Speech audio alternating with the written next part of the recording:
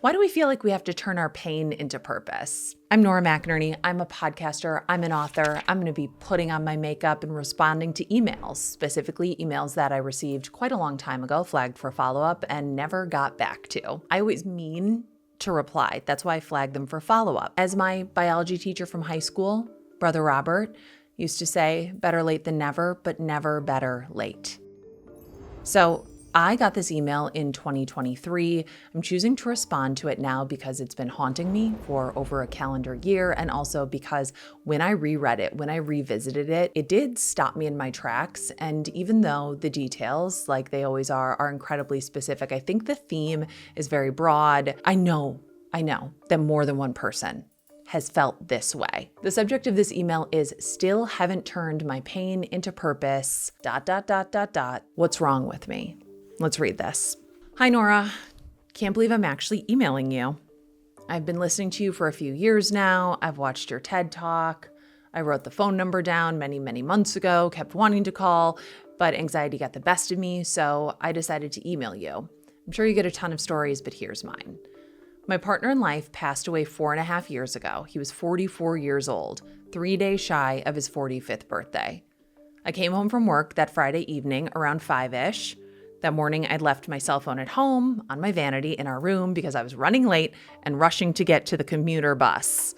I can relate to that. That morning, I ran out of my house, said, "Have a good day, love you," while everyone was asleep. My partner and our 2 sons, ages 27 and 10 at the time, yes, we were teenage parents, broke up because we were dumb kids, then got back together 10 years later and started all over, and our dog, who had slept in our room for the first time. I realized I'd forgotten my phone. As soon as I got on the bus, I'll call him when I get to the office, I thought. So I got to my office, I called his phone, but it was still kind of early. He typically slept in on Fridays. He didn't answer. That's okay, I'll leave him a message. I couldn't remember my older son's cell phone number. Honestly, who can remember anyone's cell phone number? There's simply too much in our minds. I don't blame you. So I couldn't call my oldest son. That's okay. They'll figure out I don't have my phone when my partner sees it on my vanity. No biggie. But I tried all day to reach him. He never answered. I assumed it was because he didn't recognize the number. I'd only been working at that job for 2 months. It was a beautiful sunny day, but on lunch, I walked to the closest Rite Aid, bought anti-nausea medicine and some sparkling water. It was the weirdest thing ever, but I thought I was coming down with something, so I didn't eat anything all day. On the bus ride home, I sat at the very front. It was Friday, it was payday, so it wasn't crowded. I remember it being such a peaceful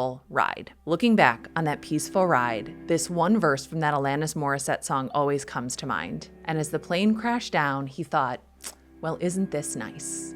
And isn't it ironic? Because that was the end of my peaceful life. Without going into all the traumatic events that unfolded that day, I will just say that I came home to a silent home. So silent that it was deafening. His car was in the driveway, but my sons weren't home. I ran in because I didn't know if I needed to pick up our youngest son from his after-school program, or if my other son, or if my partner had already picked him up from school already. Like the way that without a phone, suddenly we just truly can't do anything. Like this is just highly relatable as a girl who forgets her phone literally all the time. But it was so quiet in the house. None of the TVs were on, no music coming from the garage, no noise. I ran through our house yelling our son's name. I knew our older son wasn't there because his car was in the driveway, but no response. I went to our room and I saw it was dark and our dog was still in there, just laying on the floor at the edge of our bed.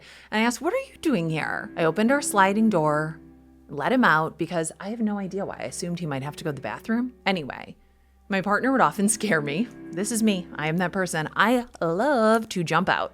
I love to hide in a crevice and jump out. And that's a special kind of relationship magic, I think, when you're like, you know what?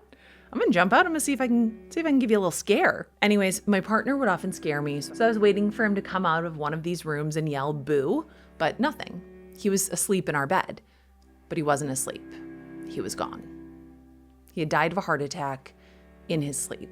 He was a local coach and teacher at the local community college, but Fridays he didn't teach, so he would usually sleep in. My older son, who was living with us at the time, had gotten up to take the youngest to school like he always did on Fridays, and said that my youngest son went into our room, gave their dad a kiss, and said, "Bye, Daddy." And his dad responded with "Bye, Bud," as he always called him, because they were self-proclaimed best friends. My oldest son told me, "I just said, 'Bye, Dad.' I didn't tell him that I love him," and also rushed out because he had planned a long drive to meet up with friends that day. He didn't walk in that room to kiss his dad goodbye, and he still struggles with that to this day. The details of how I found him were pretty traumatic and painful. The last 4.5 years have also been pretty traumatic and painful, but this all leads up to why I'm writing you. After he passed away, I was trying to find folks who understood my situation and my grief, so I started following a lot of widows on social media. These strangers helped comfort me in ways that nobody else in my support circle ever could. I know that I've grown and healed, but I still don't feel complete. I still feel broken sometimes. Many of the widows I followed are dating or remarried, have bought beautiful new homes or have written books, but I'm still in the same place physically. I still work the same job because now I'm terrified of instability. I've gained an enormous amount of weight because I've always been a stress eater, and my cheerleader and motivator is no longer here to say stop eating 4 bags of candy in bed. I'm still renting the same place because I don't want to move our younger son out of that home with the hopes of trying to maintain stability in his life, and honestly because now I can't afford to go anywhere else. And then of course, COVID happened right before his 1-year death anniversary. I've compared myself to all of these widows that I follow, and I don't have a happy ending yet. I haven't turned my pain into purpose. I've wanted to write a book, but I know everyone wants to see a happy ending or beginning of something positive like a new relationship or marriage or a dramatic healthy lifestyle change or financial success after the traumatic loss of your life partner. My book would end with, I'm better now, but I still struggle. The end? I saw a movie this weekend called Love Again about a woman who lost her boyfriend, found out he was going to propose but never had the chance, moves back with her parents for 2 years, then moves back to the city with her sister, then starts texting her boyfriend's phone number, which has now been issued to some guy who doesn't believe in love, and then Celine Dion pops in. Anyway, the storyline is a good one, maybe cheesy, but it's good. The woman falls in love with the guy who has her boyfriend's old phone, and she ends up super happy, and I thought, what's wrong with me? All I wanted was to make sure my kids were good, so why haven't I been able to get my shit together while simultaneously healing? How do all of these widows do it? I want to turn my pain into purpose and help others, but maybe it's taken me too long and now folks have forgotten or don't care. But I don't have a happily ever after ending yet, or do I? Does emotional healing equal happily ever after? Does getting out of bed every day or sleeping through the night or being able to say he's dead and that sucks, or reading your stickers that you created and cracking up, does that equal a happily ever after? As I'm reading this, I realize my mind is wandering, so it's time to summarize my email. I guess I'm hoping there's still widows out there who are just trying to survive, but are in a much better place than they were when they lost their spouse.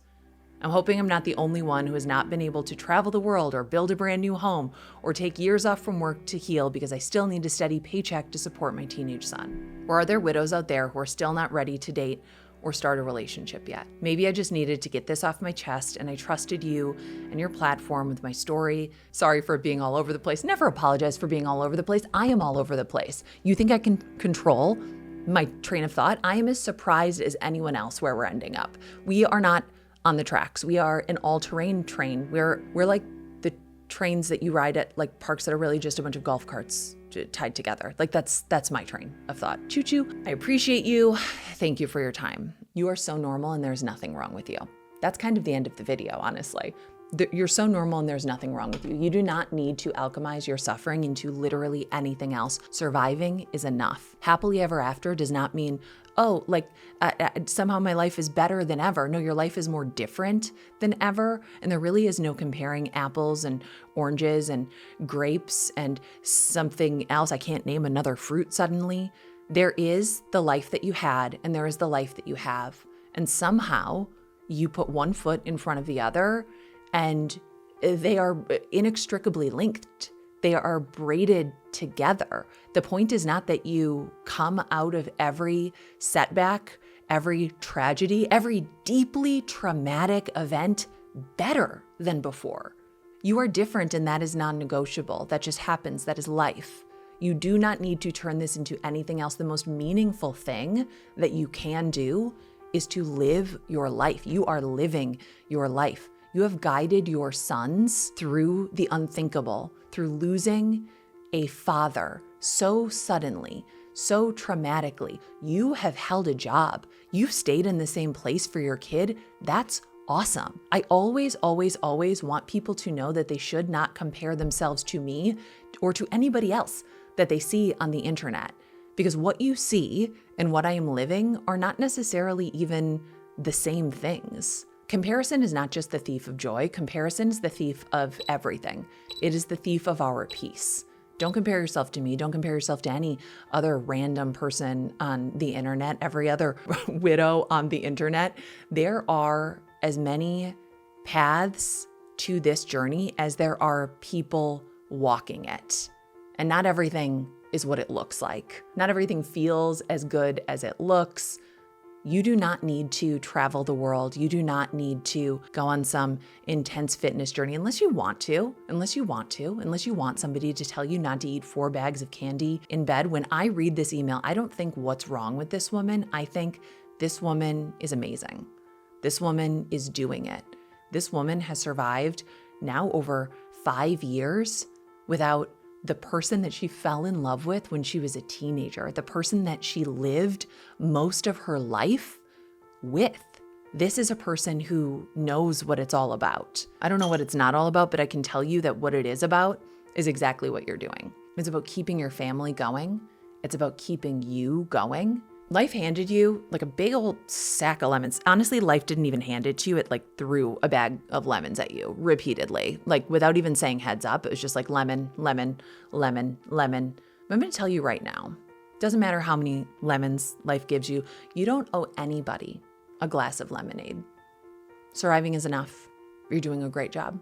Anyways, I didn't really get ready because that email is such a doozy, but I love being a part of your lives. I love being a person that you trust with your stories. And I'm sorry it took me so long to get back to you. I don't care if you're a widow. I don't care I do care if you're a widow, but the point is, I don't care what thing you are going through. I never want somebody to feel as though they are obligated or pressured or that it only matters if they can somehow turn it into something else. That is not what life is. Your suffering is not a self-improvement project. Survival is the goal. Survival is the goal. And when I read this, I don't hear a woman who is simply surviving. This is a woman who you're doing a very, very good job. Anyways, like I said, I didn't get ready really, but I look slightly better. I look slightly more alive. I at least can like go dry my hair and do my work and like feel somewhat good about myself. I'm not every widow. I am just a widow. I always want to hear from other widows, their point of view on this stuff. And if you have a question, the email address is in the show description. I'm sure Max will put it, maybe Jeff, who knows? We'll put it on the screen here. But you can always reach out and I will do my best to reply to you within 4 or more years, maybe 3. Actually, this email I got, you can always email me and I will make sure that I get back to you within 18, 19 months, if not years. I did email this writer. I did ask how she was doing, asked if she would maybe consider calling in and doing a little update with us. So fingers crossed, we hear back. But if this is you, if you feel like you need to turn your pain into something else, you don't need to. Surviving is enough. You're doing a great job. I will see you guys here next time. Leave a comment, do whatever. Do the things. Okay. God, you got to have a strong conclusion. Sorry.